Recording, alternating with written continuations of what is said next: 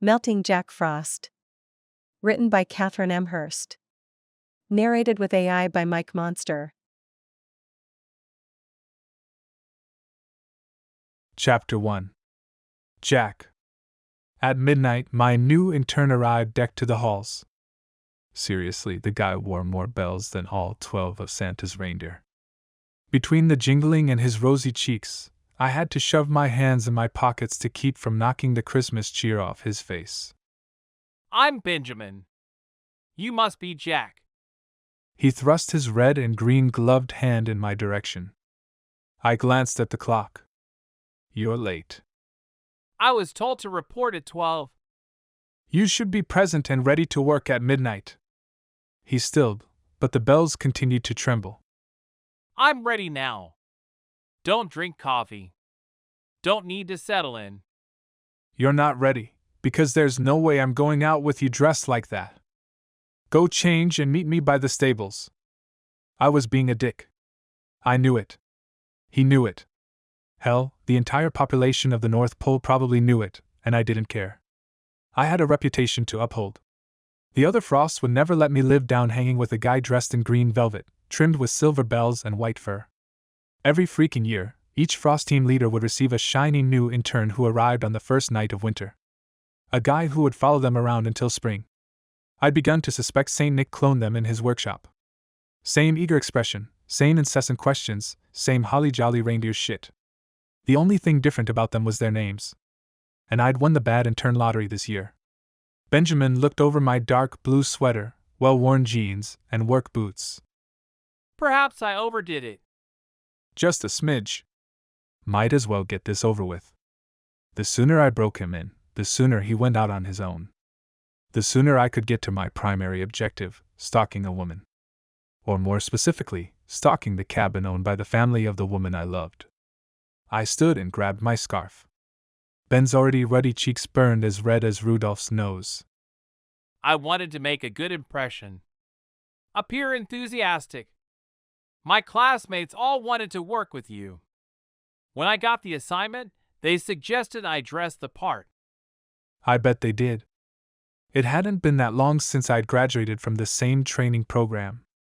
Of course, as a high elf who came from a long line of Frosts, I hadn't needed the formal education. The magic was in my blood. I'll meet you at the stables. Ben shoved his hands in his velvety pockets and turned for the door. I gave him a quick nod. Thanks, and don't worry about it. You're not the first new recruit to fall victim to the prank. I doubt you'll be the last. Most humans had heard of Jack Frost, Old Man Winter, Snow Queens, Ice Maidens, Mother Holly, or one of the other names for my kind. In the supernatural community, we're known as Winter Elves. Our purpose, as the name implies, is to bring winter in all of its frigid, white glory. There are many of us, but only the males with a branch in my family tree can hold the title of the Frost, the head honcho, the grand poobah, the guy who oversees all of the other Frost teams. I slid into my coat and followed Ben out the door. Bring me a black coffee and all's forgiven. Sure thing, boss. Ben saluted me. Strolling down Candy Cane Lane, I did my best to shake off my foul mood. Tonight was the first day of the season. The winter solstice was the next best thing to Christmas in these parts, but I hated it. For me, it marked the 12-year anniversary of the worst day of my life. The reindeer raised their heads and snorted when I walked into the stables. They disliked me. Not that I could blame them. I had a growing reputation as a Scrooge, a Christmas hater of the first degree, a bah humbug among the ho-ho-hos. I rounded the corner and came up short. At well over 6 feet of solid muscle, Saint Nick eclipsed the lights spilling through the doorway. Nice night for the first snowfall of the season. That it is. Santa, aka Nick, was my boss and the ruler of the North Pole. Something important had to have happened for him to come to the stables. This time of year, he had far more important things to do besides whispering sweet nothings to the reindeer. Something had lured him from his workshop, and I had a sinking feeling it had to do with me. Nick motioned for me to join him. Jack, you're an adult now. It may seem as though you have all the time in the world, but I braced myself for the inevitable lecture, the one I'd heard from my mother and my uncles, and now it seemed, from my boss. I know, but my father walked around the corner, and my entire world went blizzard white. I hadn't laid eyes on him in a half a decade, not since he'd retired to a summer elf resort in Florida. It wasn't enough that dear old dad had called to give me the time to elf up speech on a weekly basis for the previous few years. He'd somehow brought Nick over to the dark side, otherwise known as married with children. You can't be the Frost forever. One day your heir will take your place, but before that can happen, you must have an offspring. Which requires you to have a wife. My father folded his arms. Hey, Dad. Nice to see you too. You're looking rather sun-kissed. I grinned at the tanned Miami version of my father. He reminded me of a cross between George Hamilton and a raisin, brown to a wrinkled crisp. His voice lowered. It's time you took this seriously. I ran my hand over my head and lied through my teeth. I know, but I haven't met a woman who could hold my attention longer than a week or two. not for lack of trying. Nick smirked and clamped a hand on my shoulder. He had a point. I had dated more women than Ben had bells, but in my defense, I'd married the woman of my dreams at 8 years old. Sure, it had been a pretend ceremony. However, I'd spent the next 13 winters falling in love with her. Not that I could mention Ginger to Nick. When he'd found out about her back then, he'd grounded me for 3 freaking years. Relationships between elven kind and humans were strictly forbidden. Jack, settle down before this time next year, or it'll be your last winter as the Frost. I must ensure future seasons. Nick narrowed his eyes, but I swore I saw mischief in his expression. No surprise there. After all, humans wrote songs about his twinkling eyes. I'll work on it. I had no intention of working on anything. Ginger still owned my heart, and I wouldn't let a little thing like a 12-year absence get in the way. Never one to let anyone else have the last word, my father said. See that you do. Benjamin gasped behind me. I turned and scowled. My intern had changed from green velvet and bells to a red and white Christmas sweater with a freaking Rockwell painting stitched on the front, complete with a gold-threaded fire in the hearth. As if his wardrobe weren't bad enough, he dropped my coffee. I understood his reaction. I did. Nick made everyone nervous, and my father was a walrus's ass, but I needed that caffeine like whiskey needs ice. Sorry. Dang it. Ben snatched the empty travel mug from the ground. I should have closed the lid, but I wanted it to cool to the perfect temperature. I smirked. I can freeze a valley with my pinky finger. I think I could have cooled a cup and a half of liquid. Nick ho-ho-hoed. His laugh was the one thing pop culture had gotten right about him. What they'd gotten wrong was St. Nick sported a six-pack, a neatly trimmed white beard, and a few tattoos. Santa was a badass. A very single badass. Who seems determined to see me married off. Right. How foolish of me. Benjamin appeared to look everywhere except at my father. No big surprise.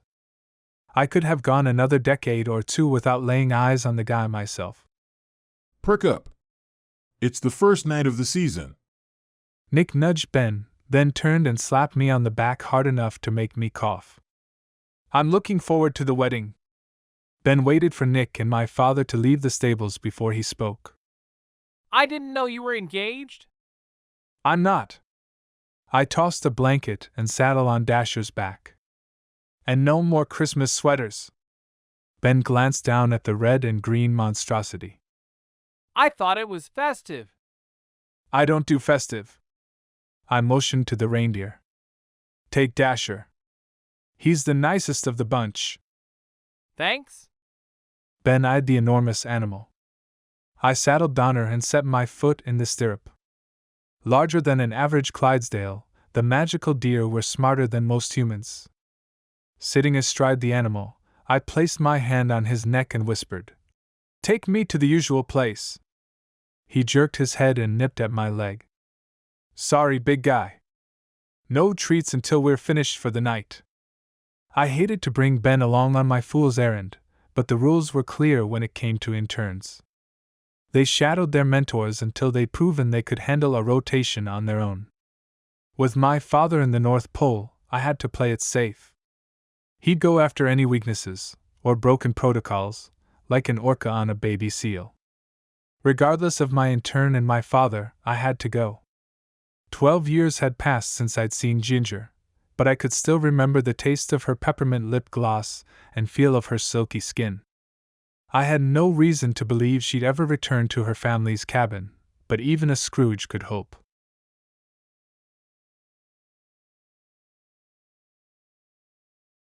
Chapter 2. Ginger. Hi Mom, it's me. I made it to Graham's. I disconnected and dropped my phone into my purse.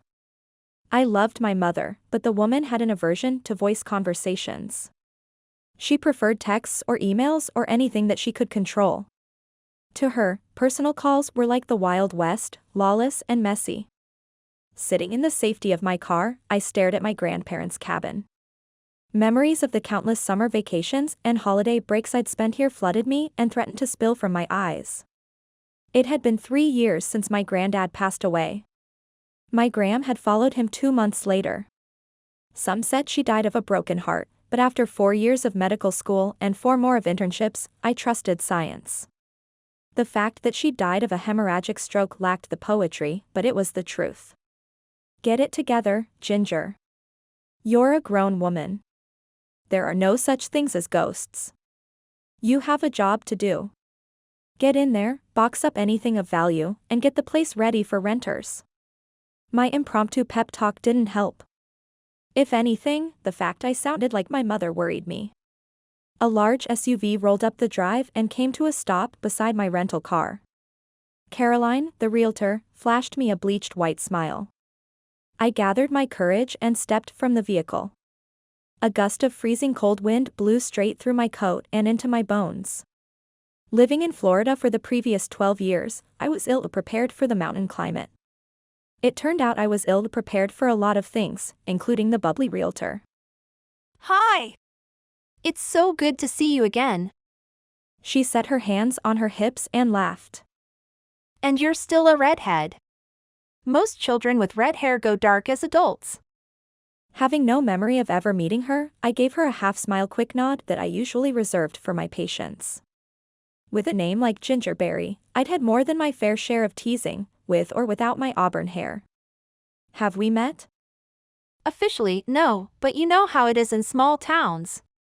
Shall we go in? Caroline motioned to the front door. Sure. Every fiber of my being screamed for me to get back into the car and return home, but I forced myself to move forward. I should have sold the place outright when I'd inherited it, but it felt like a betrayal to my grandparents. Instead, I decided to turn it into a vacation rental and use the income to pay my student loans. Caroline shrugged out of her heavy winter coat. I sent someone out to dust and clear away the cobwebs last week. Thanks. It looks great.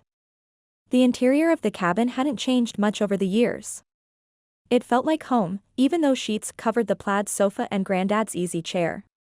The scents of pine and cleaning supplies replaced the smells of homemade beef stew and fresh-baked cookies. And the hearth had been cleared of both logs and ashes. I'd planned to spend at least 2 days cleaning and another 2 packing. Thanks to the realtor's prep crew, I'd be back in the Sunshine State in half the time. Caroline gave me a sad smile, the kind reserved for the grieving and the dying. Take your time. Look around. I'll get the paperwork ready. I pulled my bag higher on my shoulder and walked down the hall. The door to my grandparents' room was closed. I placed my hand against the wood and closed my eyes. It's just stuff. They aren't here anymore. They don't need any of it. Did you say something, dear? The realtor called from the front room. Just mumbling to myself. I rested my forehead on the door and swallowed past the lump in my throat. Despite my brave words, I turned and headed for the stairs. I had plenty of things to do before I ventured into the master bedroom. It made perfect sense to save the emotionally difficult tasks until I no longer had an audience. At least that's what I told myself. I dropped my bag inside in my childhood bedroom. It felt as if I'd stepped back in time. The same blue and yellow quilt covered the lumpy mattress. The same lacy curtains hung over the window. The same pink journal and tattered piece of white lace tablecloth sat on the desk. Years of hugs and laughter and dreams had happened inside these four walls. Years that had nearly ended in tragedy. The memory of it stole my breath. I couldn't sleep there. I snatched my bag from the floor and stomped back downstairs. Caroline gave me another of her bless your heart smiles. I could come back tomorrow if you'd rather be alone. No. It's fine. I'm being irrational. I walked to the hearth to build a fire. It's been over 10 years, but I remember it like it was yesterday. I was a member of the search party. I was here when they found you.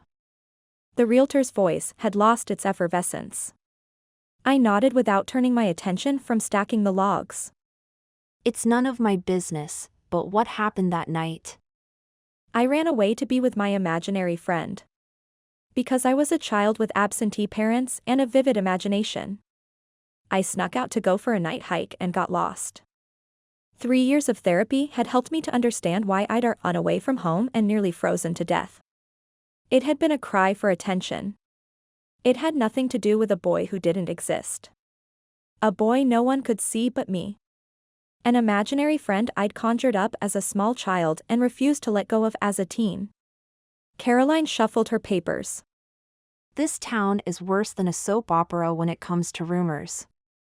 All these years, I thought you ran off to be with some boy. Just a hike gone awry. I shook my head and lit the kindling. My mother had been correct when she'd urged me not to return to the cabin, but I'd assured her I would be fine. Admitting she was right wasn't an option. Nope. I had a job to do. I'd get the place in shape, return home, and Mom would never be the wiser. Let's get those papers signed. Of course. She pulled a pen from her briefcase. Oh. Before I forget. I stocked the fridge and pantry with some essentials. I thought you might be hungry. I flipped through the documents. A wise person would have read them, but I didn't feel particularly sensible at the moment. Instead, I scribbled my name next to each of the colorful post-it flags. Thank you.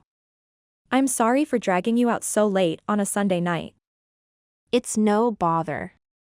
Your grandparents were like family to me. Her voice quivered. I had to get her out of there before we both ended up in tears. I'll drop by your office and pick up copies before I return home. You have a good night.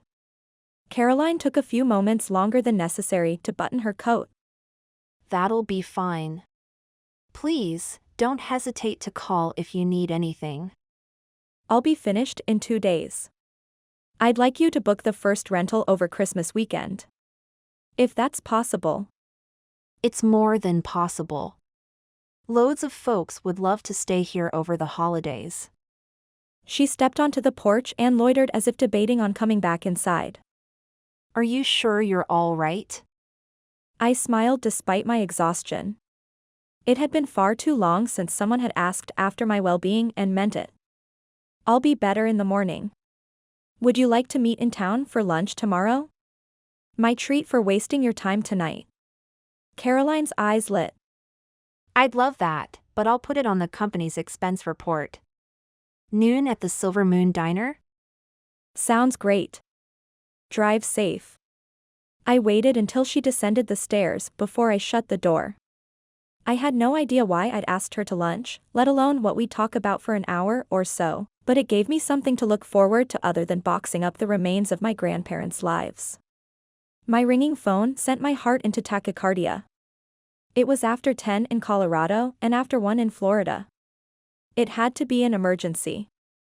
Pressing my hand to my chest, I answered without checking the screen. Hello? Jin. Are you all right, love? You sound out of breath.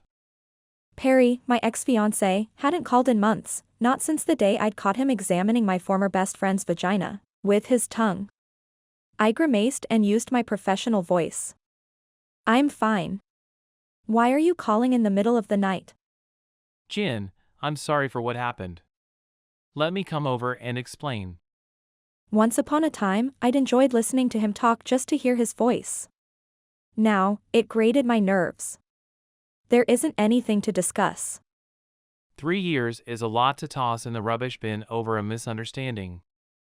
I love you, darling. Please. I need to see you. I struggled to keep my voice calm. Did I misunderstand your face between my best friend's legs? Ginger. She meant nothing. We have nothing to discuss. Wait! He drew an audible breath. I left some things at your apartment. I need my black suit. The real reason behind his call. He probably had a swanky event to attend. It'll have to wait. I'm out of town. I'd planned to return on Wednesday, but he didn't need to know that. In fact, he didn't need to know where I was or why. He'd forfeited the right to care about me months ago. I still have a key. Would you mind if I... Yes, I mind. You're not welcome in my apartment. I changed the locks. My rising anger surprised me. It wasn't the hurt kind of rage I'd experienced early on. At some point I'd gotten over the betrayal. The conversation pissed me off because he'd called in the middle of the night as if he'd drunk dialed or worse, wanted a booty call. It's late. You're always unreasonable when you're tired. I'll call you back in a few hours. His voice flattened as if he'd lost interest. Don't bother. I disconnected and curled up beside the fire. In hindsight, I could see the truth about our relationship. The fact that he understood the demands of my schedule had attracted me at first. As an emergency room physician, he had a crazy schedule of his own. However, Perry had been the safe choice. A convenient man to share an occasional meal and a less than wonderful role in the sheets. What we'd lacked in passion, we had in mutual understanding, or so I'd thought. I would never accept a share of the blame in his infidelity. He'd made the decision to cheat. That was his problem, not mine. But I had learned a lesson during the ordeal. I didn't have time for a man. Chapter 3. Jack. No one had visited the cabin in 3 winters. It had taken me a solid minute to make sense of the unfamiliar car in the drive and the smoke rising from the chimney. Someone was inside, but it could be anyone. Ginger's grandparents, her mother and father, strangers. I had no reason to believe the woman who'd colored my dreams since I was a child had returned, but I knew she had. Ben guided his reindeer beside me. What's the plan? A little ice on the sidewalk light dusting, or snow them in until Christmas? I tore my eyes from the darkened windows. Depends. I need to know who's inside. My intern scratched his head. That's not what they taught us in training. Why does it matter who's in there?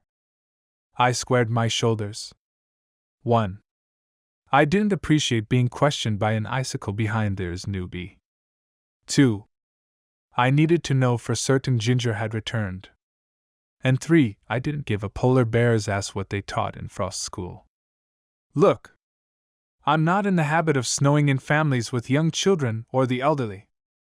Not this early in the season. Ben dipped his chin. How do we figure out what we're dealing with? You go look. Me? The elf stammered. I can't go peeping in windows. What if they see me? I hopped off Donner. Humans can't see us, or did you miss that day of training class? But what if I see more than I should? What if there are honeymooners inside? Ben's face flushed the color of Nick's coat. Honeymooners? What if Ginger's in there with a man? I ground my teeth. It's nothing you haven't seen before. Benjamin's cheeks burned brighter. I bit my tongue. If an elf wanted a role in the snow, the North Pole had a fair number of available women. It wasn't like there was much else to do up there. Though Ben's fashion sense left much to be desired, he wasn't a bad-looking guy. Some elfette would oblige. I put all my energy into training. I didn't have time to date. Ben sighed the deep sigh of a man who lacked confidence. Not that there were many vying for my attention. I waved my hand to end the awkward discussion. Never mind that. We'll get you sorted out soon enough. Right now, I need you to go look in the windows. Ben cocked his head as if he had questions. Go! My intern dismounted and disappeared into the shadows, only to reappear a few seconds later in front of the cabin. I shoved my hands in my coat pockets and did my best to calm down. Silently cursing myself for reacting like a lovesick fool, I turned and walked deeper into the forest. Ice crystals formed on the ground with each footstep. If I paced much longer, snow would begin to fall. Ginger had surprised me from the first moment I'd laid eyes on her, or more specifically, when she'd laid eyes on me. Humans, as a general rule, couldn't see elves. At the ripe old age of 8, I had a healthy curiosity about the other race and enough fear to keep my distance. A 5-year-old Ginger had stared me in the eye and smiled a smile that had melted my heart. I knew nothing of romantic love, but I'd sworn then and there she would become my wife. A scream tore through the night air. Son of a Grinch! I turned toward the sound of the approaching elf. What the hell happened? Ben bent at the waist. She saw me. She saw me looking in the window. The words plowed me over like a glacier. Heart pounding, I whipped my head toward the cabin. Light poured from the downstairs windows, and a shadow moved behind the draperies. I thought you said humans couldn't see us? Ben wheezed out the words. I knew it. It has to be her. What did the human look like? Before or after she screamed?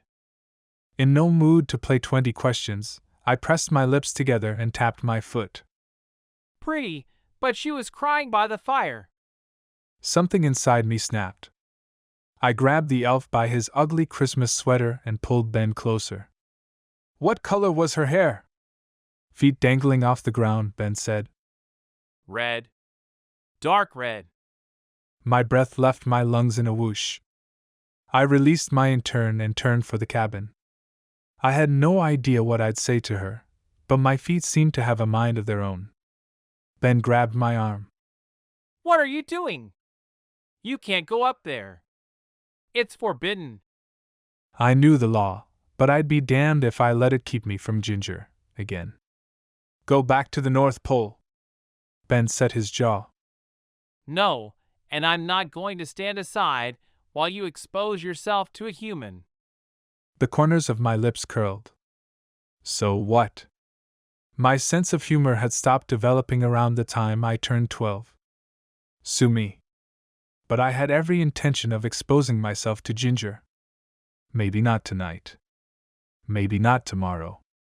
But we'd eventually finish what we started on her 18th birthday. Jack, the instructors use your history as a cautionary tale. That little tidbit sobered me. What do you mean, a cautionary tale? Glancing down, Ben said. Everyone knows you broke the rules and became involved with a human. Nothing that big escapes the North Pole rumor mill. They say Saint Nick himself pulled you from the girl's arms. I flinched before I could stop myself.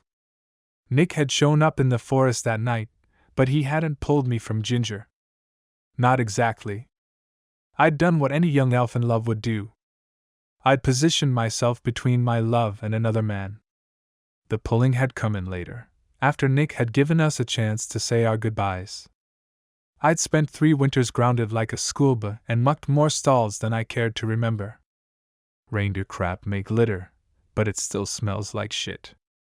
You're right, I lied through my pearly whites. Let's get out of here. But we haven't done anything yet. Ben had a point. We hadn't caused so much as a frost on the ground. What if the peeping elf had frightened Ginger into leaving before I had a chance to speak to her? She had screamed and turned on every light in the house. I can't let her go. Not yet. Not again. Not ever. I say we blanket the entire valley, a foot or two. I rubbed my hands together. That much this early in the season? It won't stick. The temperatures are still too high in the daytime. I gave him a quick shrug and set my foot in Donner's stirrup. It'll stick long enough. Besides, you gotta get your hands cold sometime. Might as well start now. Chapter 4. Ginger. The winter solstice was the longest night of the year, and I'd spent it curled up on the couch with a baseball bat and my cell. Not that the phone had done me any good. After I'd seen the man staring in the window, I'd called the police, but a freak snowstorm had come out of nowhere, and it had taken them over an hour to arrive. They found no sign of the red-faced man I'd caught peeping. I stood and stretched. It felt as if someone had knitted my muscles with a crochet hook. A nagging sense of déjà vu battered my sleep-deprived mind. The weather, the man in the window, the solstice. I was sure I'd experienced something like it in the past, but the details of the memory evaded me. My ringing phone sent my already frazzled nerves into hyperdrive. Hello? Ginger, it's Caroline. The woman lowered her voice as if whispering a dirty secret. I heard about the incident last night. Are you all right? I wondered if the rules of confidentiality were the same for officers of the law as they were for doctors and lawyers. Then again, confidentiality went out the window in a town with 1 diner, 2 traffic lights, and 3 degrees of separation between most of the locals. I'm fine. The police came but didn't find anyone nearby. Who told you? Beatrice mentioned it this morning in the office. Then I heard Officer Watley talking about it at the post office. Said the snow had hidden any tracks. I hate to think about you alone out there in this weather with a peeping Tom on the loose. I live in town. We didn't get near the accumulation you did. You're welcome to come stay in my guest room. Thanks, but I'm okay. I have a ton of work to do if I'm going to fly home Wednesday. Caroline sucked in a breath. That might be wishful thinking. They're calling for more snow again tonight. I'd stopped making wishes long ago. I'd worry about driving conditions and the like when the time came. Until then, I refused to borrow trouble. Thanks for the heads up. We should reschedule lunch. I'll bring the papers, more food, and some goodies with me as soon as the country roads are cleared. I peeked out the window. Thanks, but the snow's already melting. How about we push lunch back to 1:30? Sure, but that little rental car isn't made for ice. I'd driven my grandfather into town in worse conditions before I'd even earned my license. I was confident I could handle a little ice and snow. It'll be fine. She started to say something else, but a knock at the front door drew my attention. Caroline. Someone's here. I have to go. What if it's the peeping Tom? I'll wait while you answer it. I couldn't decide if the change of tone in her voice was born from concern for me or excitement of the prospect of more gossip. Okay. I tied my robe tighter, dropped the phone into my pocket and grabbed the bat. Inching my way to the door, I called out, "Who is it?" A male voice replied. Ginger, it's me. Jack. I didn't know any Jacks, none that lived outside of my childhood imagination. My heart sped to a gallop. I struggled to remember the names of the police officers from the night before. Had one of them stopped by to follow up? Jack who? Frost. Jack Frost. Ginger, please open the door. I fumbled for the phone and disconnected the call. Caroline didn't need to hear me in the throes of a psychotic episode complete with hallucinations. And that's what was happening to me. A mental breakdown was the only explanation I could come up with for the way my body had reacted to the sound of the man's voice. My palms grew sweaty, my gut tightened, and my heart lurched into my throat as if the organ planned to answer the door. Come on, Ginger Snap, let me in. The only people who could get away with calling me that had left the cabin to me in their wills. But long ago, there had been another, hadn't there? No. I'd created him to fill the hole left behind by my parents. The two hemispheres of my brain battled for dominance. The logical, medical school graduate side screamed for me to call the police. Jack Frost didn't exist, and no parent would be cruel enough to actually name their child after a mythical elf.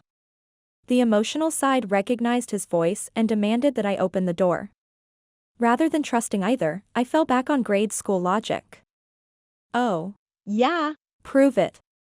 The man on the other side of the door laughed a familiar laugh. We carved GB and JF inside a heart in a tree next to the creek. Anyone could have seen the initials or heard the story of a girl nearly freezing to death while claiming to love Jack Frost. Caroline had proved Holly Valley had a well-oiled rumor mill. I'm calling the police. You have a birthmark on your right arse cheek in the shape of a Christmas stocking. I could count on one hand the number of men who knew about the weirdly shaped spot on my butt. This is it. I'm losing my mind. Mom was right. I should never have come back here. You aren't real. Ginger, I'm very real, and I'm standing on your porch. I cracked the door open and peeked at the man claiming to be the boy I'd conjured up in my imagination. I had to hand it to my mind, it had come up with one amazing specimen of male physiology. Everything from the dark blonde stubble on his jaw to his bad boy biker boots sent my ovaries into hyperdrive. Had it not been for the fact I was crazy, or he was a psychopath, I might have swooned. He ran his hand over the back of his neck. You don't recognize me? I met his eyes and everything stopped.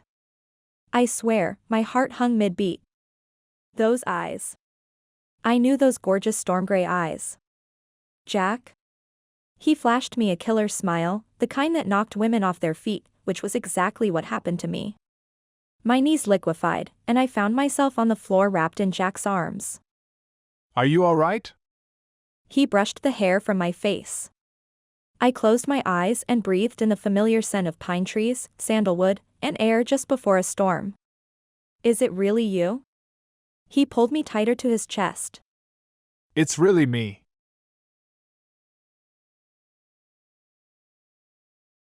Chapter 5. Jack. Ginger's hair smelled like vanilla and jasmine with a hint of citrus. 12 years ago, it had reminded me of flowers in the spring and sunshine. Today it made me think about sex. Her tall, willowy frame had filled out, and curves had replaced the sharp edges. Changes were to be expected, of course. No one stays the same forever. But it occurred to me that we had over a decade of catching up to do. I thanked the heavens and the stars that I'd given Benjamin the slip somewhere over Wyoming. My intern would have put a serious damper on my reunion with Ginger. Sure, my father would likely have something to say about me ditching him, but at that moment, I couldn't have cared less. Ginger eased out of my arms and pushed to her feet. Looking anywhere except at me, she lowered her voice. I think you should go. What the heck had happened in the 3 heartbeats between me catching her when she nearly fainted and now? I'd rather stay. Eloquent, Jack. Real smooth. Her words had stolen my confidence. The redhead stalked around the room as if looking for something, then turned her full attention on me. Look. I'm a grown woman. A medical doctor. I have a life. I'm not the same gullible girl you left in the snow. I couldn't tear my eyes off her. Even angry, she was the most beautiful creature I'd ever seen. When she finally met my gaze, my body warmed. It warmed. Let's not forget that I'm the Frost, Jack freaking Frost, the winter elf, the harbinger of all things frosty. Stop staring. She set her hands on her hips. Her luscious full hips. You were never gullible, Ginger. She snorted and stamped her foot like one of Nick's reindeer. I stood but kept my distance. I had enough sense not to get within arm's reach of a woman on the edge. We have a lot to discuss. We have nothing to discuss. Up until 10 minutes ago, I thought you were a figment of my imagination, and if it's all the same to you, I'd like to go back to that because the alternative is too much to consider. I stepped a little closer. My being an elf is too much to consider? No. She smirked. You being a liar, and me being too stupid to see it for 13 years, is heartbreaking. I loved you. What's she talking about? Scratching the back of my head, I muttered. I'm not a liar. You expect me to believe you're an elf? The Jack Frost? She pressed her lips into a thin line. Yes, because it's the truth. Not once since I'd met her had she doubted me. Of course, I'd been quite the show-off in my youth. I'd taken great pleasure in sharing my magic with her when we were children. Do you not remember? Remember what? The woman glanced at the door and reached into her pocket. I had the distinct impression that I would lose her forever if I didn't act fast. Adult Ginger might have looked good enough to eat, but she seemed to have lost the parts of herself that I'd loved the most, her wonder and her warmth and her belief in me. This. I drew my magic forward, leaned close to the window, and exhaled a breath. Ice crystals formed on the glass.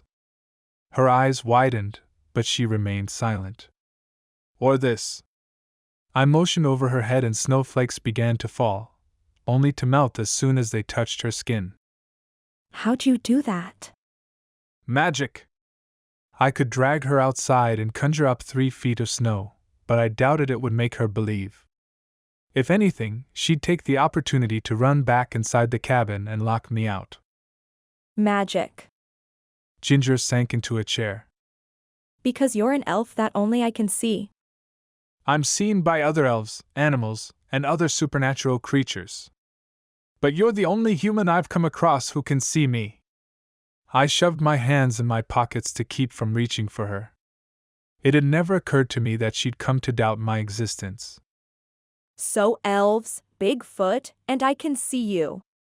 What about Santa Claus? Can he see you, too? The sarcasm in her voice seemed out of place, like dirt on snow. I'm telling the truth. Nick's an elf and my boss. Of course, he can see me. I perched on the arm of the sofa. When did you become so skeptical?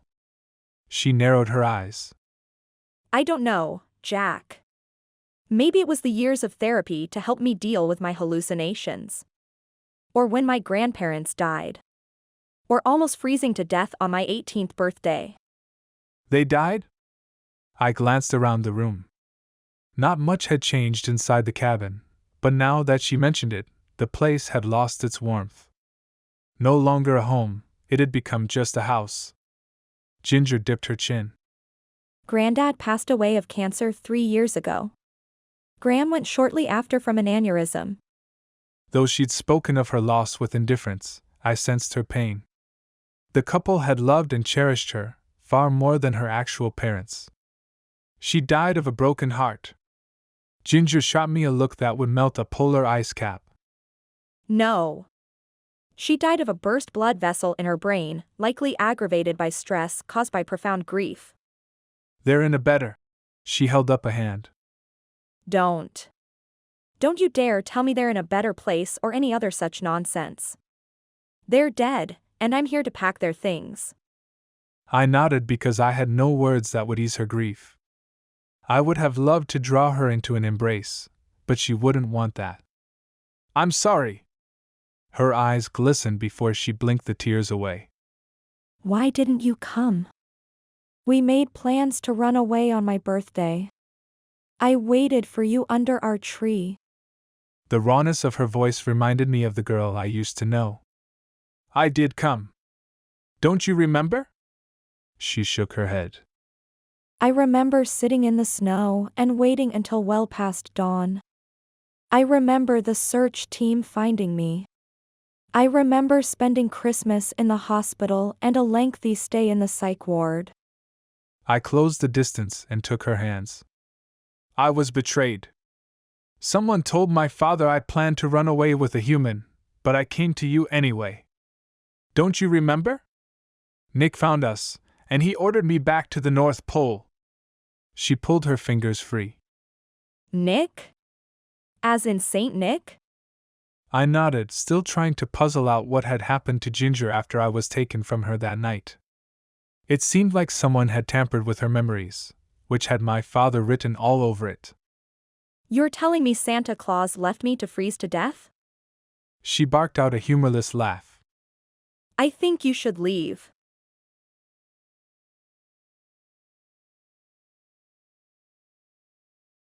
Chapter 6. Ginger. Any minute now, I'd wake from the bizarre dream or men with cameras would pop out and tell me this was all part of a reality television show. At least that's what I told myself when I marched to the door, opened it, and motioned for the con artist or imaginary friend from my childhood or whatever the heck he was to leave.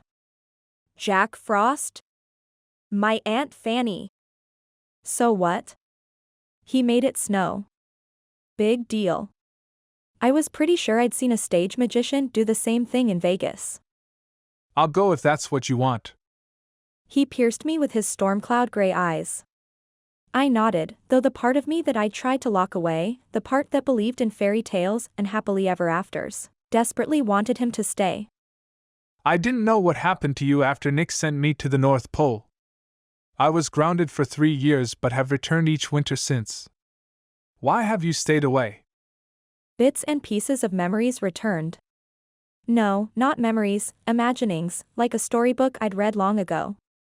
I was punished for loving a human. Jack bent and cocked his head to meet my gaze. It's forbidden. But you're different. Somehow you can see us. A gust of wind blew through the open door, and I rubbed my arms in an attempt to warm myself. Has it changed? Has what changed? He moved between me and the cold air. The rules about elves and humans. What am I saying? This is utter nonsense. Jack shook his head. It hasn't, but there are ways around it. Hugging myself tighter, I mumbled, "Close the door." He did as I asked, but remained near the exit. You can't change the fact that you're an elf. I sank onto the couch and into insanity. The entire conversation made zero sense. There are no such things as elves, or Santa, or magic. No, but I can denounce my title. Title? I don't understand. There are many frosts. Our job is to herald the arrival of winter. I'm the frost. I'm responsible for overseeing the others. He waved his hand as if to dismiss the topic. None of that matters unless we find our way back to each other. Find my way back to a man who, even if he did exist, I hadn't seen or spoken to since I was 18. He was a schoolgirl's crush at best, and a manifestation of a lonely child's mind at worst. Or a liar. Lying about being an elf and the North Pole and Santa Claus was definitely the worst. You still doubt me? How can I not? This is all far too out there for me. I gathered my wits and stood. I've had a difficult 24 hours. Being here is hard enough. Plus, I had some guy peeking in the windows last night, and now you show up. I need time to process everything. Jack hung his head and sucked in a breath. I remembered his expression, which surprised me, but I'd come to expect the shock. He'd reacted as if he'd done something wrong or something I wouldn't like. I'd gotten a good enough look at the peeping Tom to know it wasn't him, but... You know who was looking in the windows. Don't you? Jack glanced up, then looked away. I saw the car in the drive. I needed to know if you were inside. Who was it? Who did you send to spy on me? Ben, my intern. I could have been naked, or with someone. I hadn't experienced this level of frustration with a man in over a decade. The thought stopped me. Perry's betrayal had hurt, and sure, I'd been angry, but I'd never wanted to grab him and shake him until his neck snapped. I turned my attention to my body. My racing heart, the pulse in my ears, sweat on my palms, the roiling in my belly, and, heaven help me, the liquid heat between my legs. After 20 minutes with Jack, I felt more alive than I had in the 3 years I'd spent with Perry. Or maybe I'd conjured Jack up again because I hadn't dealt with my feelings for my ex. Maybe the phone call last night had triggered something inside me that brought back my childhood hallucinations? I'm sorry Benjamin frightened you. I should have come. I should have knocked on the door, but I was a coward. Yes. Yes, you were. I turned my back to him so he couldn't see my face. I needed to get my traitorous autonomic nervous system under control. I needed to go through my grandparents' things. I needed to leave Holly Valley and never look back. But I wanted to rush into his arms. What would it hurt to curl up with an imaginary friend? It wasn't any different than pretending a vibrator was a movie star. Was it? Ginger? He waved his hand. I'm losing my mind. So much for my career.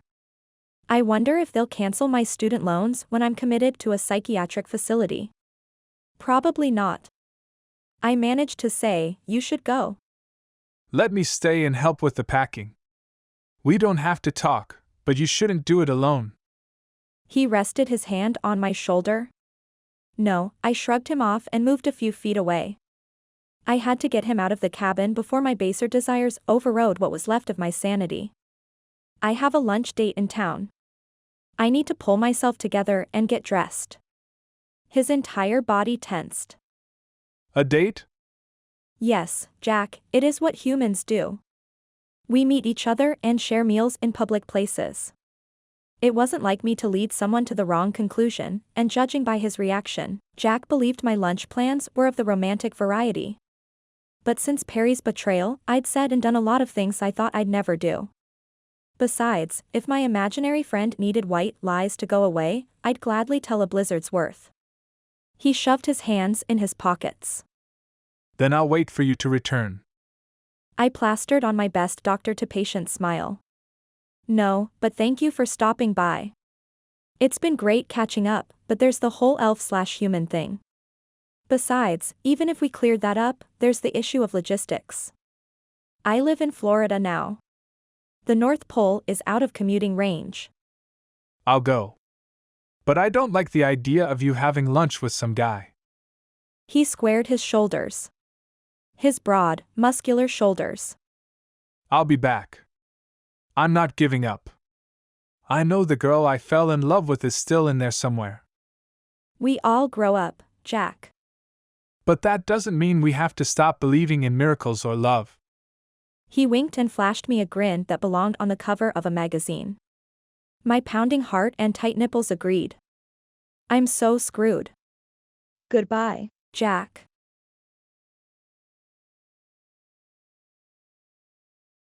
Chapter 7. Jack. A date? Why on earth would she be going on a date? I'm here now. She has no need to date anyone. I kicked a clump of snow, and the damn thing turned into a miniature iceberg. I'd left the cabin but had no intention of leaving the woman. A blind man could have seen the way she reacted to me when she let her guard down. All I had to do was, 1. Keep her from overthinking the situation, and 2. Ensure this so-called date of hers ended in disaster, and she'd be as malleable as cookie dough. I had absolutely no doubt where Ginger's date would take place. She'd said lunch, which meant the Silver Moon Cafe. I knew Holly Valley almost as well as I knew the North Pole. My father had assigned me the territory before I'd completed the official Frost training program. I'd met Ginger the same year. It might seem a tender age to release a child into the world, but I wasn't alone, not exactly. My father had left me in the charge of a magical reindeer, a food-motivated reindeer. I'd learned how to manipulate the beast on our first trip out together. Park Donner in front of a berry bush or apple pie, and he'd keep himself busy for hours. Nick had put the reindeer in question on a strict diet a few winters back. The beast had lost a considerable amount of weight, but the lack of carbs had left him with a nasty attitude.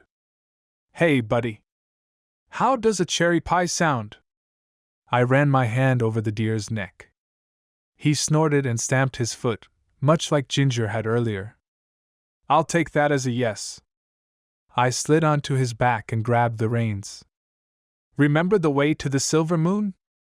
Letting nothing as trivial as distance keep him from pie, Donner took off in a full run. I had to hold on for my life as the reindeer leaped over streams and fallen logs, but we'd reached the park beside the diner in record time. I dismounted and rubbed my sore backside. "Stay here. I'll be right back." Donner dropped his head and rooted for the grass beneath last night's snow. Shaking my head, I turned and crossed the street. It seemed the unexpected cold weather had made the humans hungry. Cars filled every available space in the parking lot. I gave Donner one last glance and ducked inside. A waitress squealed when the door opened and closed as if on its own. Otherwise, no one noticed my arrival. Ginger hadn't mentioned the time of the lunch date, and I hadn't thought to ask. Actually, jealousy had short-circuited my brain when she'd said she had plans. I inspected the almost empty dessert case. If not for the crowd of humans, I would have taken a pie and walked out the door. However, given the sheer number of them, someone would notice a pie hovering across the room. Instead, I placed my hand on the case and covered the glass with ice too thick to see through. The same waitress who'd yelped when I'd walked and reacted to my handiwork. "Pete! We got a problem with the dessert case!" I leaned a hip against the counter and waited. Pete, a round and balding man, emerged from the kitchen, wiping his hands on a dish towel. He'd evidently never put his tongue on a frozen pole as a child because he touched the door handle with damp fingers. The skin stuck to the ice. "Son of a biscuit! Belle, do something!" Pete scowled. "Here, pour some warm coffee on it." The waitress handed him a cup. After freeing his fingers, Pete managed to get the case open. "Everything's frozen solid." Belle's eyes rounded. "How is that possible? I just served cake to table 6. "Don't know. Don't care. Throw all of it out and make a sign. No desserts until further notice." I should have felt bad for ruining their treats, but I didn't. Ginger had always had a sweet tooth. Without the cakes and pies, I wouldn't have to stand by and watch her enjoy dessert with another man. Plus, all of the frozen sugar would send Donner into a food coma-induced nap. While Belle emptied the case, I went to the park to get Donner.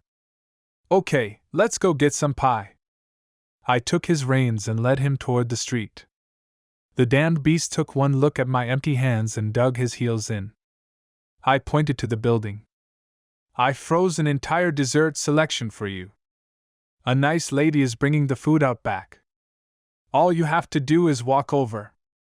The reindeer jerked his head from side to side and planted his ass on the ground. "I can't carry a bag.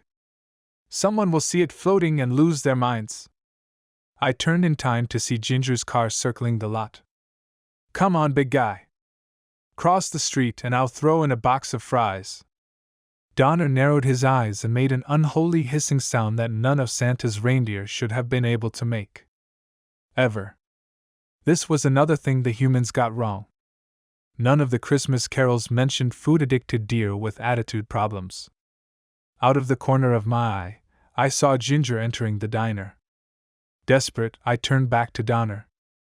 "Fine. How about we fly to the back of the building? Will you stand on the pavement while you eat?" The deer stood and shook the snow from his butt. After I'd settled Donner in for a sugar-laden binge, I had one goal in mind: pour coffee on Ginger's date, thus ending the meal. I pushed the door wide open, sending the sleigh bells on the handle bouncing. Several humans glanced up from their meals and conversations. Frazzled, Belle the waitress cursed under her breath and yelled for Pete to take a look at the door. I ignored everyone except the redhead sitting in a corner booth with a blonde woman. "This is her date?" "The minx." She purposely led me to believe she had a date. Ginger took a sip of water at the same time her eyes met mine. Her cheeks turned as red as a holly berry, and she coughed. Pressing one hand to her chest, she forced the liquid down and wiped her mouth. It amused me when Ginger excused herself and started to stand, only to plop back down. She'd likely realized she couldn't as much as speak to me without looking like a lunatic in the crowded diner. I would pay for it later, but for now, I enjoyed having the upper hand. Ginger shot me a look that rivaled Donner's and hid her face behind her menu. I walked across the room and leaned against the booth adjacent to hers. The lady behind me complained about a sudden chill, but I wasn't about to move. Not yet. However, the shivering human gave me an idea. Ginger's date glanced in my direction.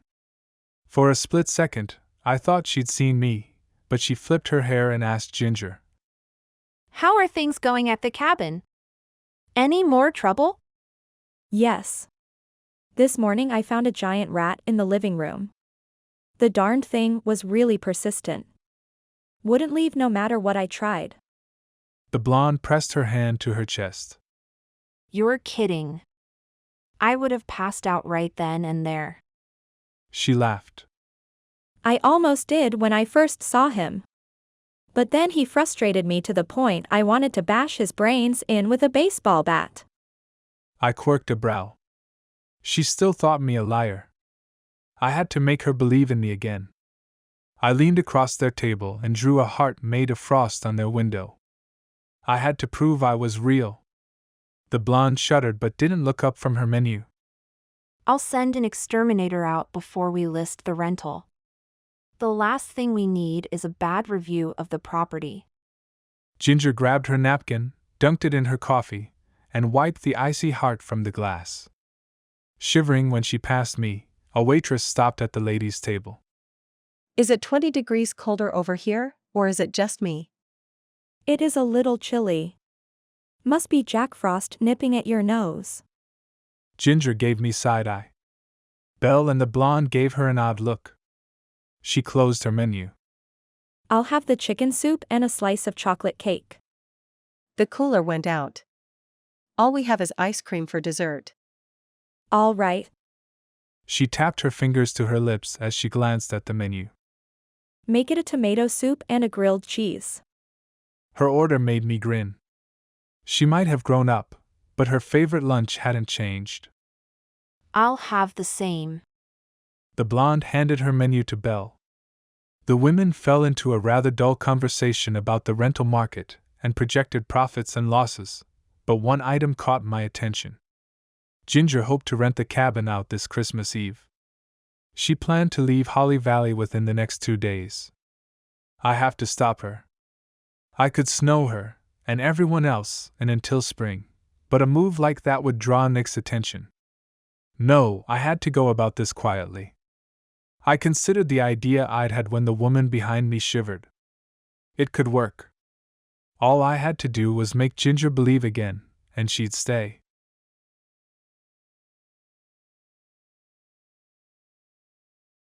Chapter 8. Ginger. In the course of my life, I'd witnessed a handful of events where time seemed to stop. When the earth ceased to rotate for a heartbeat or two before all manner of hell broke loose. I had a strong feeling I was about to have another one of those moments. Jack reached across the table beside mine and lifted a coffee cup. Now, had he been a real man, a man everyone could see, this would have been rude, but not a problem. Since only I could see him, problem didn't come close to describing the situation.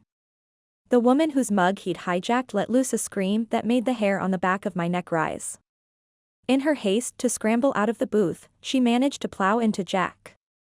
He juggled the empty cup for what felt like minutes before it crashed to the floor. Caroline's eyes narrowed and then widened. Did you see that?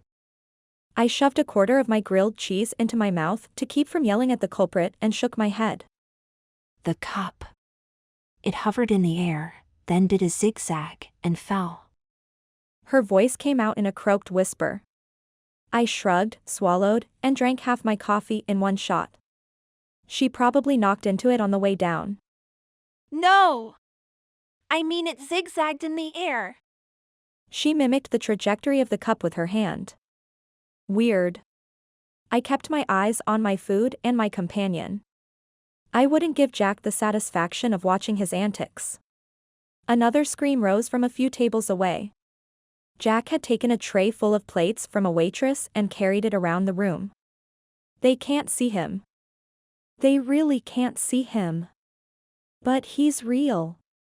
He has to be. How else could he carry the food? Oh, my stars! Caroline shot to her feet but remained rooted in place. People shouted, some cursed, others prayed, but most ran for the exits. Jack had not only scared the daylights out of the customers, he'd cost the Silver Moon a pretty penny in lunch profits. Jack set the platter on an empty table and walked toward me. Do you believe me now? I folded my arms. He turned and headed for the kitchen. As if the tray incident wasn't enough, he emerged with 2 large baking sheets. 2 large baking sheets he proceeded to slam together like a pair of cymbals. The few people who either hadn't seen the tray, or hadn't cared, took notice. More screams, more shouts, more cursing, more Jack. I had to put an end to it, but I didn't dare risk yelling for him to stop. I'd spent enough time inside a psych ward to know I never wanted to go back. Instead, I stared until he met my gaze. How about now? He dropped the pans. I continued to glare, though my heart felt as if it would stage a mutiny at any moment. Caroline rested her hand on my arm. What is it? Do you see something? I shook my head. Come on, Ginger Snap. Can a figment of your imagination or a plain old human liar do that? Jack winked at me. He had a point, but I did not approve of his tactics. Nor did I approve of being put in an impossible situation. I had a career to think about. I wouldn't allow him to ruin my reputation. But he was real. My Jack Frost was real. I turned and pretended to speak to Caroline. Yes, I believe. She glanced at the baking pans and nodded. In ghosts? Me, too. I pressed my lips together and gave Jack the meanest look I could manage, but at some point in all of the nonsense, I'd caught a slight case of the giggles. Maybe it's best if we leave. The realtor stared at the tray of food. Sure. I covered my mouth to keep from laughing. Can I get my copy of the property management agreement and insurance documents? If she'd heard me, she didn't react. I stole a move from Jack and waved my hand in front of her face. Oh, sure. Yes. Sorry. Flustered, Caroline pulled a file from her briefcase. Are you okay to drive? I tucked the paperwork under my arm and reached into my purse for a 20. I'll walk. And that's exactly what she did. As if in a trance, she crossed the room. A few seconds later, she passed by the window, and I had a sense she would be okay.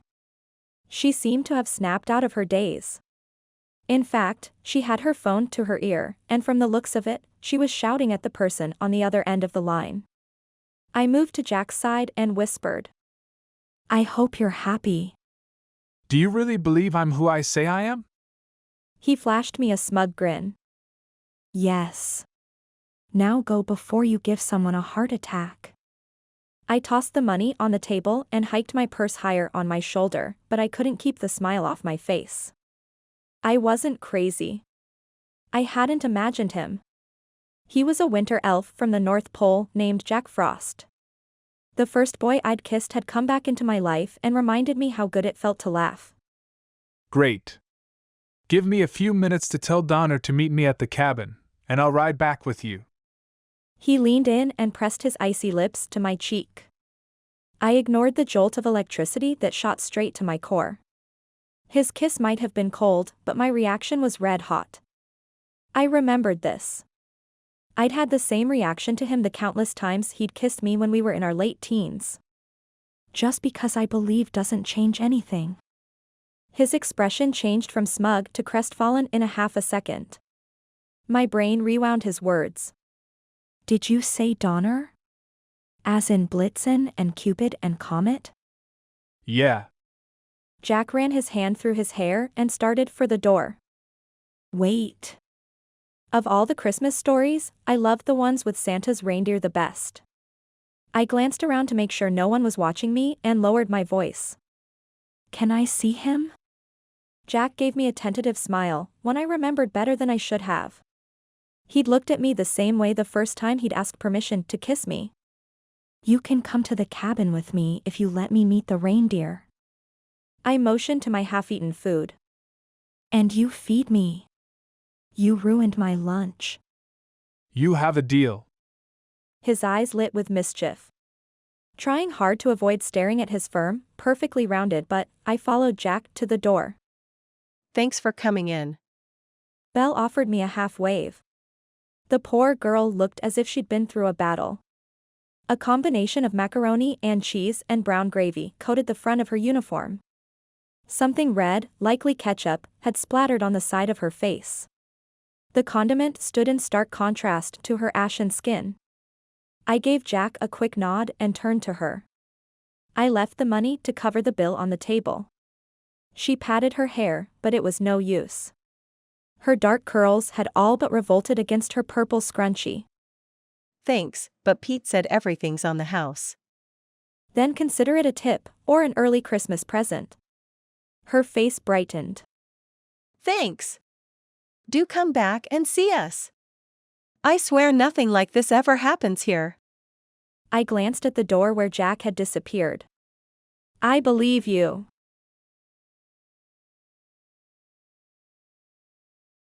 Chapter 9. Jack. Ginger's laugh rivaled the northern lights in its rarity and beauty. Though she used to dole it out as freely as I shared snowflakes, she seemed to have grown far more reserved in her adult years. Debating the merits of less laughter with more meaning, I walked to the back of the building where I'd left Donner. The beast had disappeared. All that remained were several pie tins and 3 plates, all licked clean. I towed the mess in hopes of finding tracks but found none. The snow covering the asphalt, and most of the grassy area had melted beneath the midday sun. While Donner's singular focus was food, I knew for a fact the deer had more intelligence than most men. If I had to guess, and thanks to the vanishing act I had to do just that, I speculated the overgrown, glorified dog would either go to the cabin or return to the North Pole. Let's hope he's waiting for me at Ginger's. I refused to consider the fallout of the sugared-up reindeer showing up in the stables unaccompanied. Suffice to say, it would not be pretty. Ginger waved to me from inside her car. Her smile threatened to buckle my knees. If I'd known banging pans together would make her giggle, I would have brought some with me to the cabin that morning. Okay, maybe not. I rested my forearm on the top of the driver's side door and motioned for her to roll the window down. Something wrong?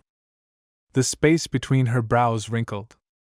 Earlier in the day, I noticed the twin lines that resided there, the telltale mark of a woman who took life far too seriously. Donner's missing. He's likely gone to the cabin or back to the North Pole. You're reneging on your promise already? Her eyes narrowed, but her lips curled into yet another smile. I could have spent the rest of my life learning and relearning the meaning of each of her facial expressions and never have grown bored. My lips tingled from her peppermint lip gloss, making my mind drift to less poetic thoughts. I bet it'd tingle if she kissed my. I tensed at the thought. I had to get a handle on my emotions and overheated libido before I said or did something to scare her away. Not a chance. I'll bring the big goofball to you. If not today, then tomorrow. Get in. I'm hungry, and I'm not going to let you weasel out of cooking for me. She pressed a button and the car doors unlocked. Or your promise to introduce me to Donner. Sliding into the passenger's seat, I wondered if she knew what she'd gotten herself into. I'd never met a kitchen I couldn't conquer. I worked roughly 4 months out of the year. Cooking had started as a bachelor's hobby and grown into a passion. I'm certain I can whip up something to sate your appetite. She gave me a look out of the corner of her eye. Why does that sound dirty? I wiggled my brows. Anything can sound naughty if your mind's already set on sex. The car swerved to the left, but Ginger managed to keep all 4 wheels on the road. Having hit the proverbial nail on the head, I grinned like a fool. Funny.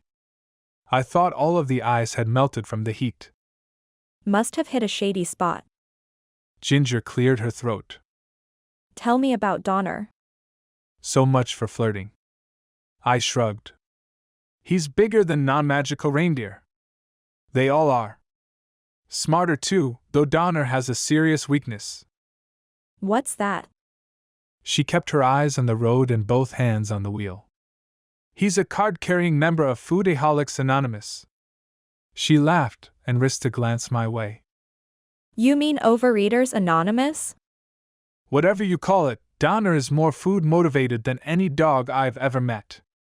He was getting so round that Nick had to put him on a diet 3 months before Christmas so he'd fit into his harness. She gave me a dubious look. Uh-huh. I'm not kidding. He ate the entire contents of the dessert case at the diner. Ginger gasped. You? Me? I pressed my hand to my chest and feigned innocence. You froze the cooler and ruined all of the goodies. I had my heart set on a piece of chocolate cake. Guilty as charged. But since I intend to make it my life's work to take care of your heart, and any cravings you may have, I'll make it up to you. Judging by the wide-eyed look on her face, I guessed I'd said too much too soon. Jack. Don't say it. Let me dream a little while longer. I had a sudden urge to pull out my wallet and check my man card. At this rate, the guys would toss me out of the club before Ginger and I shared our second first kiss. An awkward silence hung over us for the remainder of the drive. Ginger parked the car in front of the cabin and growled. I don't mean she made a noise in her throat.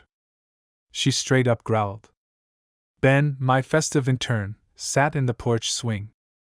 The guy took one look at her and held up both his hands. She hopped out of the car and stomped over to Ben.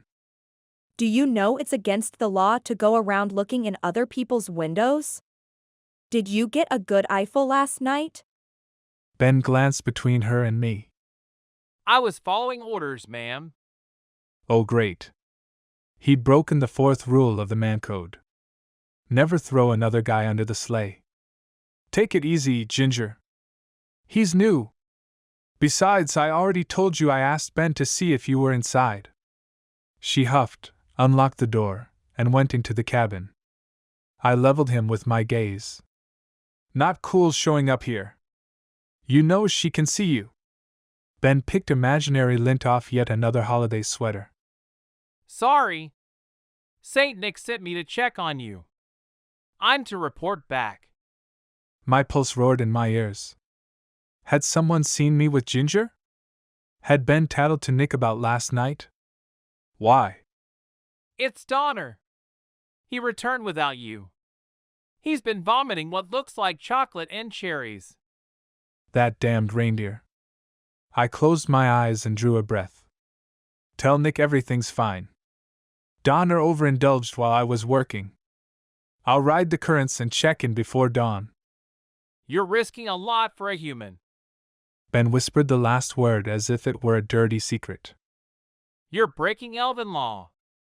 I bit back my reply. I needed the guy on my side if I had any hope of spending time with Ginger, so I lied. I'm not convinced she's 100% human. If she were, she wouldn't be able to see us. I need to investigate. Ben nodded. All right, but that seems rather unlikely. What would your father say about this? Nothing, because he will never find out. Ben raised his hands. Sorry. I ran through my options. 1. Confess my feelings for Ginger to Ben. The whole truth and nothing but. 2. Bribe the guy to keep my secrets with an offer he can't refuse. 3. A combo of 1 and 2. Look. The woman and I have a history. I need some time with her to figure things out. Do you think you can handle frost duty tonight on your own? Ben's eyes widened. Yes. I mean, sure. I think I'm ready. No time like the present to get my hands cold, right? Right. I had a feeling I'd regret my decision, but time with Ginger was worth the risk. The thing is, I'm breaking protocol by letting a newbie go it alone. This has to stay between you and me. If anything goes wrong, you find me here. I'll keep your secrets. Ben's enthusiasm wavered. But you're playing with fire. I grinned, though it felt fake. I'm Jack Frost. I can't be burned. Chapter 10. Ginger. Male voices carried from the front porch. I tried to ignore them. I did. It wasn't my fault the walls were thin. I understood the gist of the conversation, but some of the finer details went over my head. All I knew for sure was Jack was putting himself at risk by spending time with me. And the longer we stayed together, the more I risked my heart. Once I'd embraced the truth about him, a cloud had lifted from the part of my brain that held years of memories of love and laughter. I fully remembered the time I'd spent with Jack. It was odd, I'd never forgotten the details of our times together, but I'd forgotten how they'd made me feel warm, safe, loved. He came inside and closed the door behind him. His eyes had lost some of the sparkle they'd had in the car, but the hint of a smile on his lips made up for it. Sorry about that. Let's get you fed. I'm okay, with a replacement grilled cheese. I resisted the urge to throw myself into his arms. Instead, I walked to the kitchen island and slid onto a bar stool. Jack poked his head in the fridge, the freezer, and the pantry. I think I can do better than that. I sat with my thoughts and watched as he placed frozen chicken breasts, apples, cream, flour, and a handful of other ingredients on the counter. I have to leave you before dawn, but I'll be back in time to make you breakfast. He gave me an uncertain look. That is, if you want me to stay the night. I do. I'd said the words before I took the time to consider the repercussions, but I refused to second-guess myself. I wanted him to stay the night. I'd decide what happened beyond that when the time came. Jack, about what Ben said, he paused with a knife in one hand and an apple in the other. You heard that? It was hard to miss. I drew a breath. I understand it's impossible for us to have a normal relationship. Says who?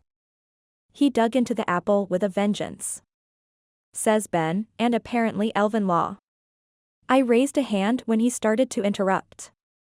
Let me finish. Jack nodded. I have a life, a very busy life, in Florida. I don't even know if it's possible for you to go to warm climates. It is. My dad retired in a summer elf resort in Miami. He set the diced apple aside and placed the chicken on the cutting board. My brain sputtered to a stop. I had no idea how elf life worked, but a winter elf in Miami seemed strange. I stand corrected. What I'm trying to say is, I don't know where this thing between us is going, but I'm okay with a long-distance relationship like we had growing up. Jack did some sort of magic on the poor unsuspecting meat, and it thawed in a blink of an eye. I know where I want this to go. I won't settle for a few months out of the year. I want it all. He hesitated, then added. That is, if it works out between us. We have a lot of catching up to do and 2 days to do it. I have to be out by Christmas Eve. 2 days isn't enough time to make up for 12 years, Ginger. I looked away because I had no reply. Tell you what. Let's spend the next 48 hours together and worry about the future when it comes. He diced the chicken and washed his hands. Then found a bowl in the cupboard and added flour, a pinch of salt, and what I assumed was baking powder. I like that idea. I hated that idea. How could two people with a past spend time together and not think about the future? One or both of us would walk away from this with a broken heart. I'm curious. What changed your mind about me? It was the pans, wasn't it? It absolutely was not the pans. I chewed my lip, trying to find a way to explain. I don't understand it myself, but when I realized you were exactly who and what you said you were, it was like the lid popped off my memories. Once again, he stopped what he was doing and stared. You remembered my nickname for you and the tree with our initials. I sighed, growing frustrated with my inability to communicate the strange phenomenon that had happened in my mind. I remembered the facts, but not how I felt about them or you. Jack practically murdered the batter. What's wrong? You know something. I have my suspicions, but I won't know until I have a chat with Nick. He snatched a large frying pan from the overhead rack and set it on the stove. You think he did something to my memories? The idea of a man, whom most the world looked up to as a symbol of hope and peace, taking a piece of me made me ill. It's possible, but it's not like him.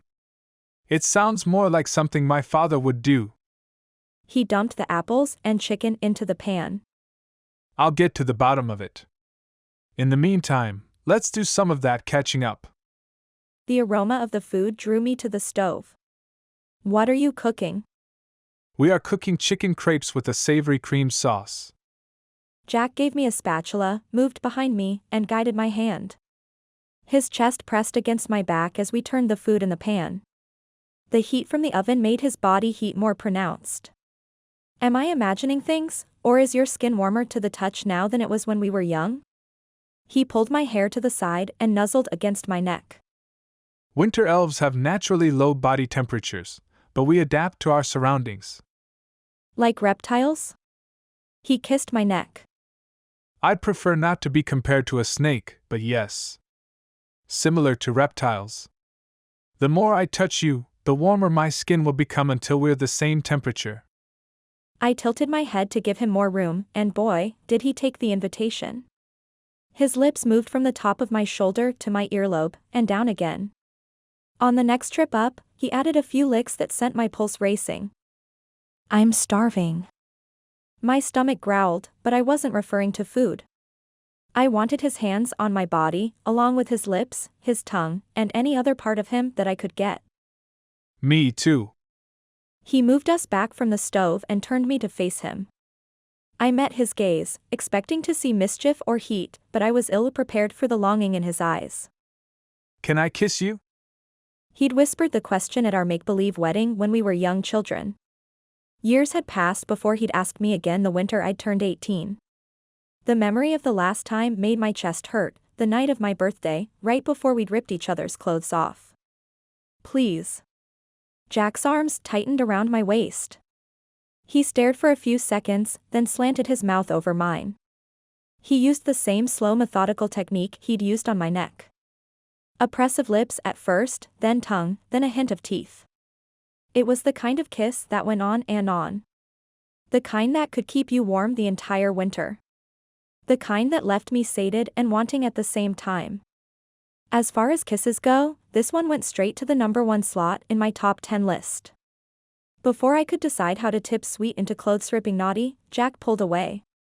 He went back to the stove to attend to the food, while I stood there and fought to remember how my lungs functioned. Take a seat. It's almost done. He motioned to the other side of the island. I ran my hand down his back. Won't it keep until later? Yes, but we should eat.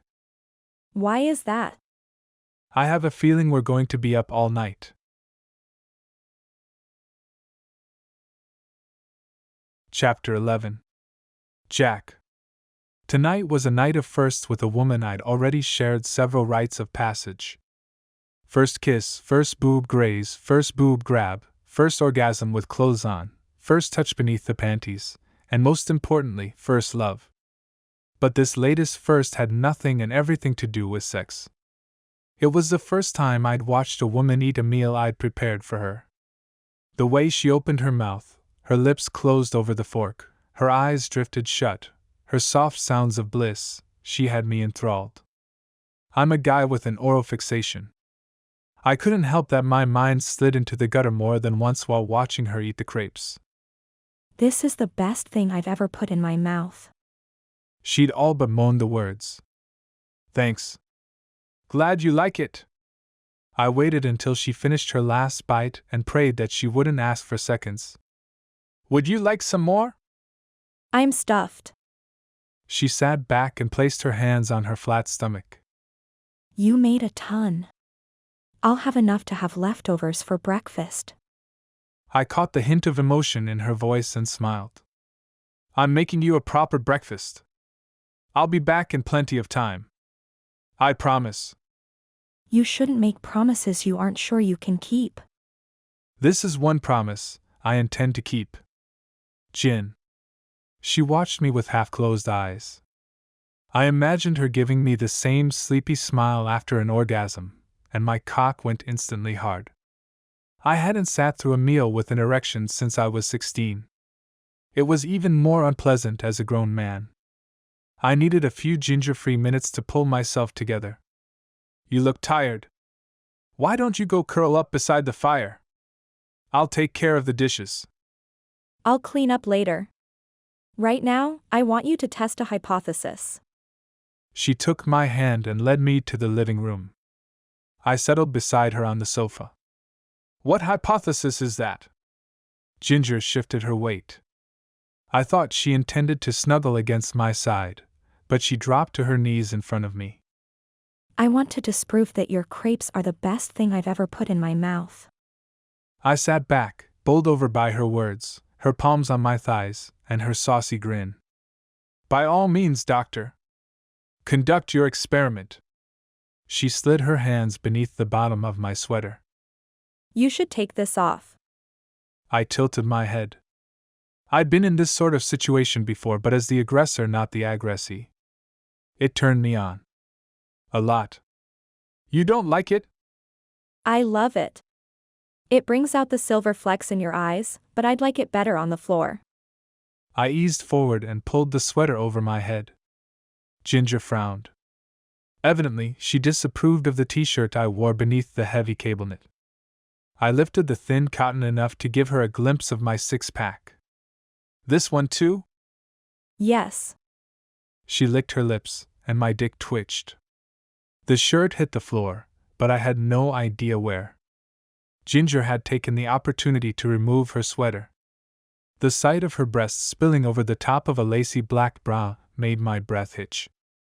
Like the rest of her body, her chest had filled out nicely. Ginger looked at me much the same way she had the chicken crepes. She licked her lips again and ran her hands over my bare chest. You got your man body. I chuckled. I was thinking something similar about you. Her voice softened. We were so young the last time we did anything like this. Little more than children. I leaned forward and kissed her breasts through the thin fabric. Ginger sat back on her heels. There's plenty of time for that after I conduct my research. Lose the jeans. Yes, Dr. Barry. I popped the button at my waist and lowered the zipper. I need to stand to take my pants off, but she sat too close. My cock would be in her face. That's the point. Isn't it, Jack? Ginger held her ground when I stood. Her gaze drifted from my package to my eyes and back again. Once I'd lowered the jeans to my thighs, she pushed me back onto the couch and tugged them the rest of the way off, along with my boxer briefs. Before I could come up with something to say, Ginger took me into her mouth. All of me. No teasing. No licking. No hand assist. My entire body tensed, and my eyes rolled back in my skull, which wouldn't work for me. I fully intended to watch her luscious mouth moving over my cock.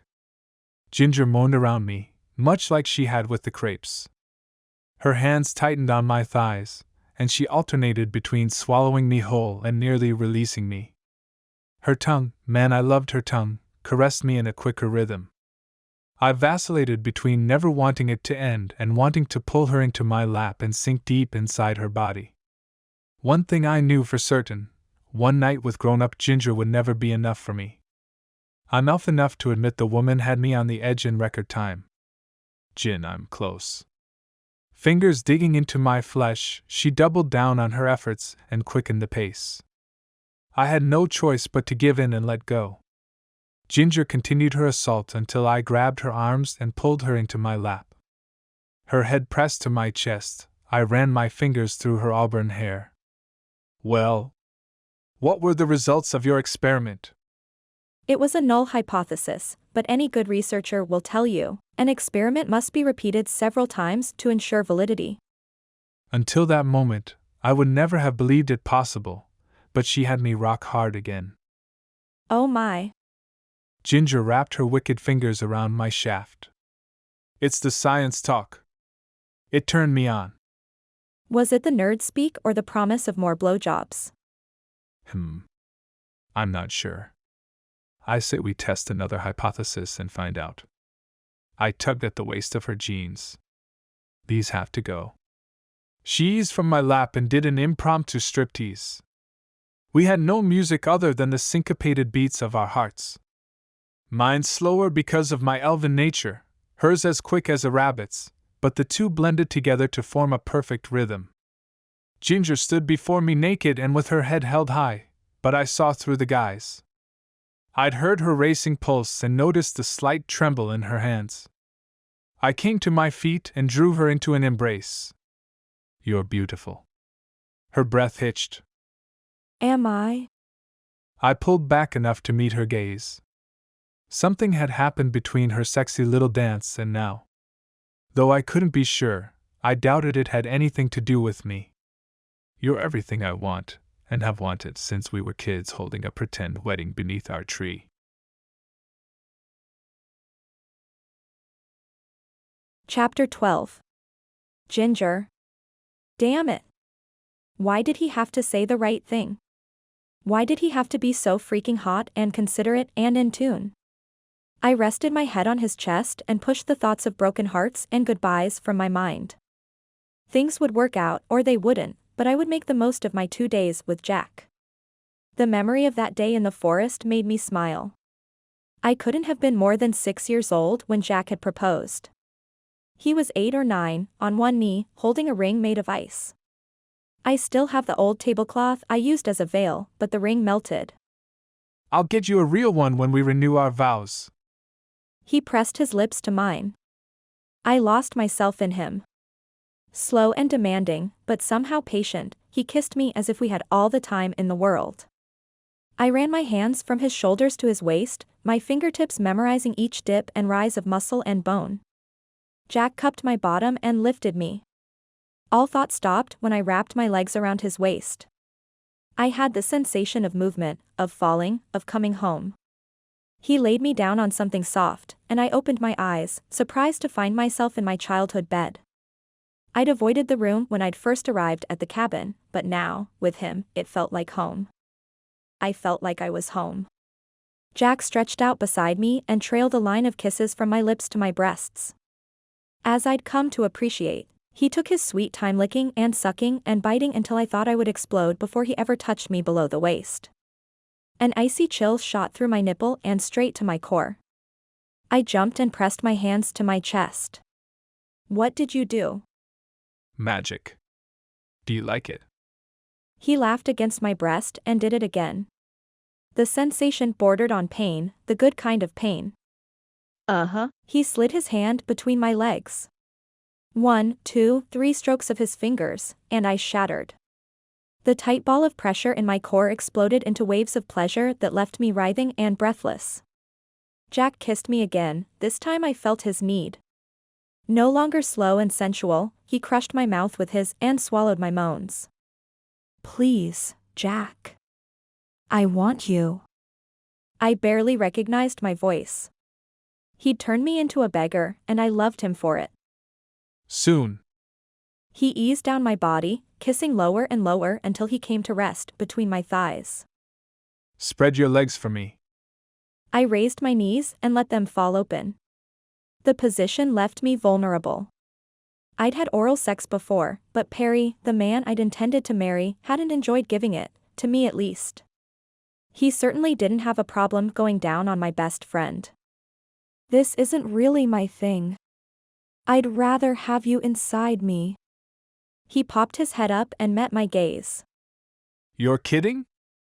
My cheeks heated. I'm serious. Questions danced behind his eyes, but were quickly replaced with a look of solid determination. Give me 2 minutes.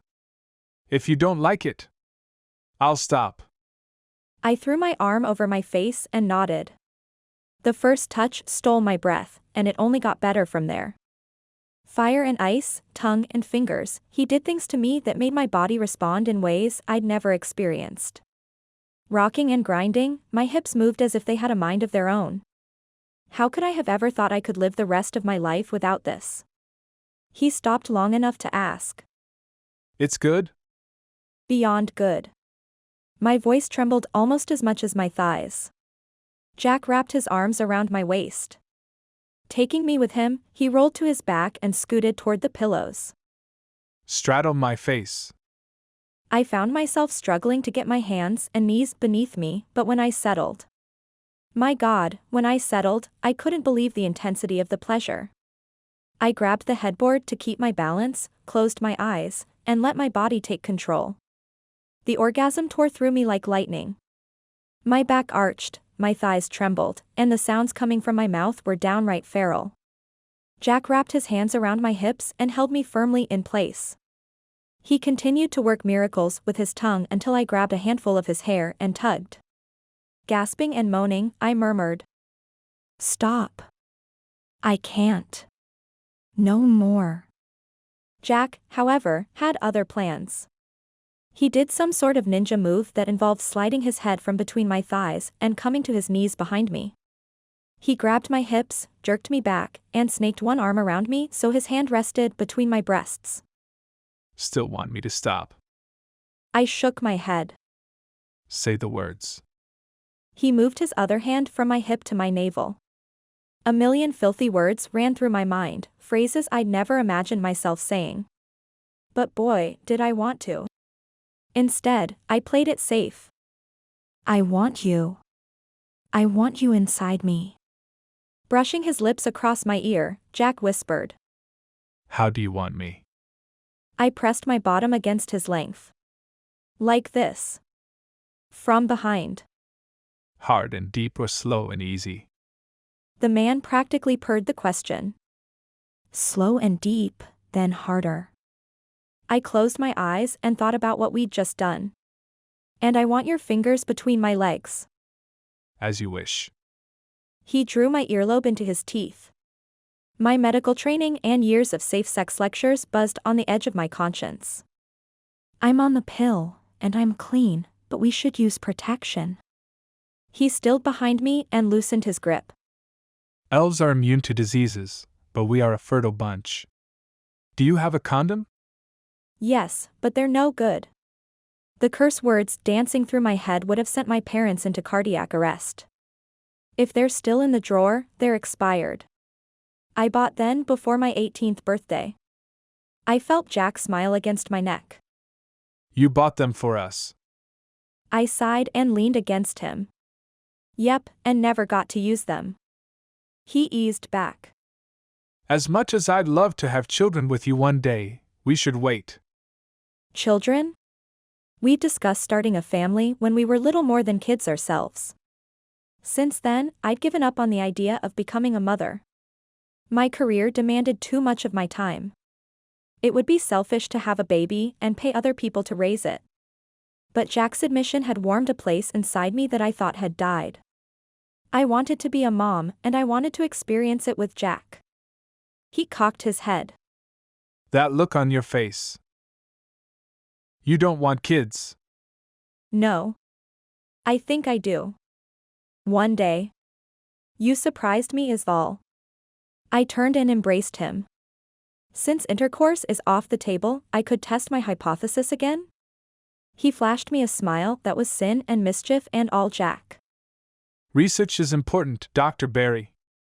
By all means, continue. And that's exactly what I did.